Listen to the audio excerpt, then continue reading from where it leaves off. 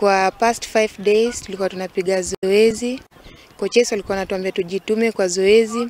Ukipewa chance tumia, because timu tunaenda kucheza nayo si rahisi sana.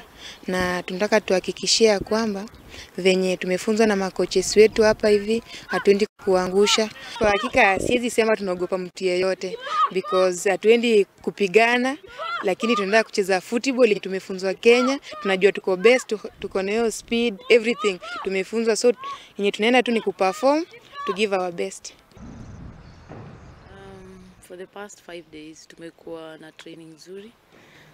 Wasichana wako psyched up, coming from different backgrounds, different schools, different teams. Wameleta most of them they are talented na wametuletea their best. Most of them wamekuwa kwa competition, school games, talanta hela, also chapadimba, so most of them wamekuwa active. So wamekuja wakiwa ready, most of them, so we are just polishing a few areas and then tuweze get the best. Tuigele ripoti ni cia mbĩtĩka cia ikombe kia AFCON na ni atikeleka